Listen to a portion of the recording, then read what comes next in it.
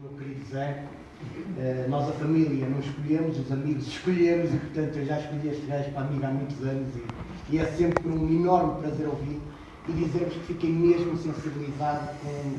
Eu queria dar os parabéns à Mariana, a Mariana não está cá nem a Antónia. Aquilo que a Cersei fez foi absolutamente maravilhoso e eu gostava que elas fizessem uma coisa. Eu, achando que sei alguma coisa disto, eu acho que Mafalda Veiga ficava maravilhada se identificassem com a apresentação que foi feita, porque isto é uma delícia e é uma coisa extraordinária. Eu vinha a pensar no que é que teria para vos dizer numa semana atípica, em que eu estou num misto de emoções, em que estou aqui a bombar forte e feio, porque limpei os injetores com cateterismo e agora estou com uma energia que já não tinha há alguns meses. E, portanto, aquilo que eu queria partilhar é como é que nós muitas vezes estamos dispostos para ser agentes de mudança na vida das outras pessoas, esquecendo-nos que não há congruência nenhuma porque nos recusamos a sermos agentes de mudança em nós próprios. É sempre muito fácil agirmos e comunicarmos para os outros, é sempre muito fácil partirmos de pressupostos para atuarmos na vida dos outros, recusando-nos permanentemente a corrigir aquilo que está mal na nossa própria vida. E, portanto, eu sou um ser carregado de imperfeição e defeitos, que ao longo dos tempos aquilo que fez foi trabalhar muito numa coisa que eu digo fake it until you make it, trabalhar muito para aceitar que eu faço merda. Para aceitar que eu sou carregado de defeitos e carregado de erros. E para aceitar que não há mal nenhum em errar, desde que eu não repita permanentemente os mesmos erros. E, portanto, junto daqueles que estão comigo, aquilo que eu inculto é precisamente isto. Não há mal nenhum em tu errar, porque quando tu erras, tu estás a tentar. E aquilo que vai acontecer é, se não sabes, pergunta. Se não sabes, socorre-te daqueles que têm algo de valioso para te dar. E isso às vezes está à distância do telefonema ou ao lado. Eu tinha tudo para ser um produto verdadeiramente falhado. No meu 5º ano, na altura, 1º ano do ciclo, lembro-me perfeitamente de concorrer ao concurso de leitura da escola. Ainda hoje se faz. E eu tinha ganho o concurso de leitura da escola. E o que aconteceu foi que para ir aos nacionais levaram quem ficou em segundo classificado. Porque eu tinha esta maneira esquisita de falar. E eu lembro-me de já ser o palhacito da turma no 7º e no 8º ano, e quando vou para o 10º, para a escola tinha um grupo de teatro já na altura. E eu quis ir para o grupo de teatro. E aquilo que me disseram, pois Pedro, mas se calhar tu tens jeito para o som, tu não queres ficar no som. Porque não vai ser boa ideia. A prova de que a sociedade evolui, eu adoro dizer evolui, a prova de que a sociedade evolui é que o meu filho herdou esta maneira esquisita de falar do pai e faz parte do grupo de teatro e corre lindamente do mesmo grupo onde eu tive que ir para o som. Portanto, a sociedade evolui mesmo, com jeitinho. Eras a zebra. Eu era a zebra. Eu senti-me zebra muitas vezes.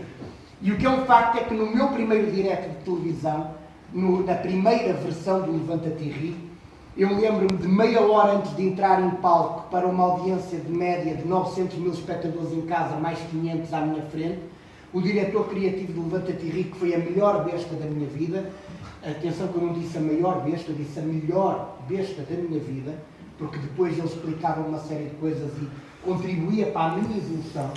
Ele virou-se para mim meia hora antes de eu entrar no meu primeiro direto de televisão, pôs o guião e diz, ora bem, tu és deficiente, não é? Ninguém vai perceber nada do que tu vais dizer lá em casa, mas é o que eu tenho e tenho que levar contigo. Mas depois fez aquilo que a maioria das bestas, e é aqui que está a grande diferença entre a melhor besta e a maior besta, e ele fez o que uma maior besta nunca faria. É que ele usou de todos os recursos que tinha ao dispor para que eu fosse a minha melhor versão no momento em que entrasse para o palco. E esse é que é o valor acrescentado.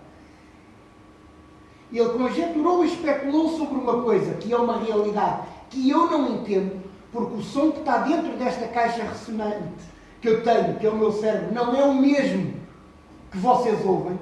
Isso que dizem de mim, eu digo, está tudo, é como aquele gajo que vai a conduzir sozinho em sentido contrário, liga ao rádio e diz, atenção que vai uma pessoa em sentido contrário na autoestrada. Ele diz, vão todos.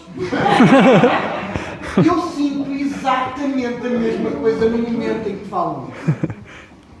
Agora, o que ele fez foi, se tu tens essa questão e em televisão se pode notar, fala mais pausadamente, dá tempo para que a piada surja efeito. Quando tu tiveres piada, que vai ser raro, mas a malta rir, tu vais reparar que as pessoas vão bater palmas, as câmaras vão virar. Se tu aguardares um bocadinho e respirares, vai-te sair melhor o que tens para dizer a seguir. E aquilo que eu desde muito cedo tive, que foi de elemento diferenciador, ou seja, no meu tempo, ou melhor, aquilo que hoje se chama bullying, no meu tempo chamava-se intervalo. A malta gozava comigo, tratava-me mal, chamava-me deficiente, e uma série de coisas, e sopinha de massa, e tudo nomes que não fazem sentido, ainda por cima com a deficiência que eu tenho, que é só no maxilar. Eu vinha descobrir mais tarde. Mas aquilo que diziam sempre, só houve um elemento diferenciador. E é nesse que eu me preocupo com o meu filho, é nesse que eu me preocupo quando eu trabalho com jovens, é nesse que eu me preocupo sempre que eu tenho que trabalhar com equipas. Eu só tive um elemento diferenciador. Eu sempre gostei de mim. O que fez a diferença foi o facto de eu sempre gostar de mim. E não havia estratégias, não havia psicólogos, não havia gente, a escola não se preocupava, os pais tinham que trabalhar. E eu o que é que arranjei como estratégia? Eu gozava comigo antes dos outros. E durante muito tempo isso foi funcionando. Então, a premissa basilar para que a coisa corra bem, para que eu possa ser um agente de mudança e um agente de transformação, é aceitar que primeiro eu tenho que gostar de mim. Porque eu invariavelmente, até ao último suspiro que der, é com esta casquinha que eu vou ter que viver. Com mais 10 anos, com mais 20, ou a morrer amanhã, eu vou ser este poço de sensualidade que vocês estão a ver neste momento em cima do palco. Não me resta outra coisa senão gostar de mim. Errando, fazendo bosta, cometendo lapsos, não sendo correto muitas vezes. Eu esforço-me por ser correto e nem sempre o sou. Preocupando-me em comunicar muito bem. Geraldo Gouveia tem uma indústria. As máquinas comunicam. As pessoas comunicam com as máquinas e entre si. Tudo é comunicação. E eu percebi que quanto melhor eu comunicar comigo e com os meus, melhores resultados eu vou ter. Então comecei a usar uma estratégia muito clara, que é uma estratégia de feedback. E comecei a assentar a minha comunicação oral e a minha comunicação escrita em 4 pressupostos. Eu só falo de factos. Porque contra factos, palavra da salvação, glória a vós sempre. Contra factos não há argumentos. Eu quando tenho que trabalhar, eu quando tenho que falar com o meu filho, eu quando tenho que falar com um familiar, eu quando tenho que falar com um amigo, nos últimos anos, eu esforço-me e faço tudo para falar de factos. Mas consciente de impactos. Porquê? Do impacto daquilo que eu estou a dizer e do impacto que aquilo que eu estou a dizer vai ter na outra pessoa. Não é só o impacto da coisa em si. É o impacto que essa coisa vai ter no outro. Porque se eu não estiver consciente dos factos, nem dos impactos, eu só me estou a queixar. Eu não estou a dar feedback, eu estou-me a queixar. E quem se queixa não quer resolver, quem se queixa quer ter razão. Porque se quiser resolver, dá feedback e fala com quem de direito, não anda a falar com terceiros. E nós vemos isto na realidade da família, dos pais com os filhos, dos irmãos, da sociedade, dos empregos, dos patrões com os empregados. No outro dia descobri uma empresa que os encarregados se juntam uma vez por mês num sítio para jantar a pensar como é que o patrão não vai dar por elas umas coisas que correm mal e eles metem pau. Ok?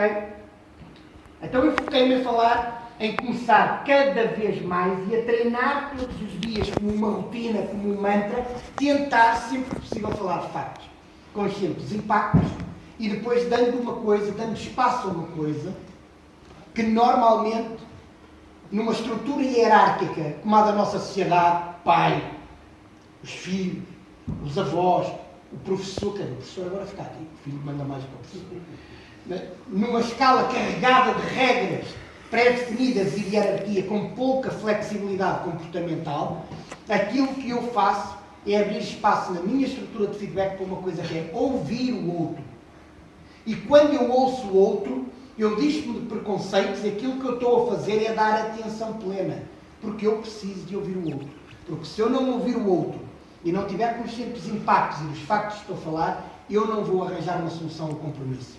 E se eu não arranjar uma solução ao compromisso, eu não mudo a vida de ninguém, eu não sou um contributo para rigorosamente nada e eu passo a ser insubstituível. E se há coisa que eu não quero ser na minha vida, é insubstituível, porque os insubstituíveis só fazem falta onde estão. Nem mais acima na vida, nem mais abaixo, porque senão são substituíveis. Portanto, o legado que eu cada vez mais tento ter, em termos de trabalho e em termos sociais, é sempre e cada vez mais falar de factos, criar uma estrutura de feedback, gostar de mim, ter atenção plena ao que acontece ao meu lado. Ter atenção plena ao que acontece à minha volta. Não estando presente fisicamente, saber como é que os meus amigos, aqueles de quem eu gosto, estão. E se for preciso, eu estou. Porque eu não mudo a pandemia que nós tivemos. Eu não mudo o que está a acontecer neste momento na Ucrânia. Eu não mudo ter perdido 95% do meu trabalho com a pandemia que tivemos. Eu não mudo rigorosamente nada disso, eu só mudo uma coisa. A forma como eu vou estar nesses acontecimentos. E enquanto eu encontrar uma verdade, e nós sabemos que há 3 verdades, a minha verdade, a do outro e a propriamente dita. Portanto, enquanto eu for capaz de alinhar estas 3 verdades, encontrar uma verdade que faça sentido, que não viole os meus princípios morais, físicos, intelectuais e que faça com que eu seja uma pessoa presente, independentemente da distância, na vida daqueles que pretendem melhorar as suas competências, eu vou estar aqui. Um abraço a todos. Obrigado.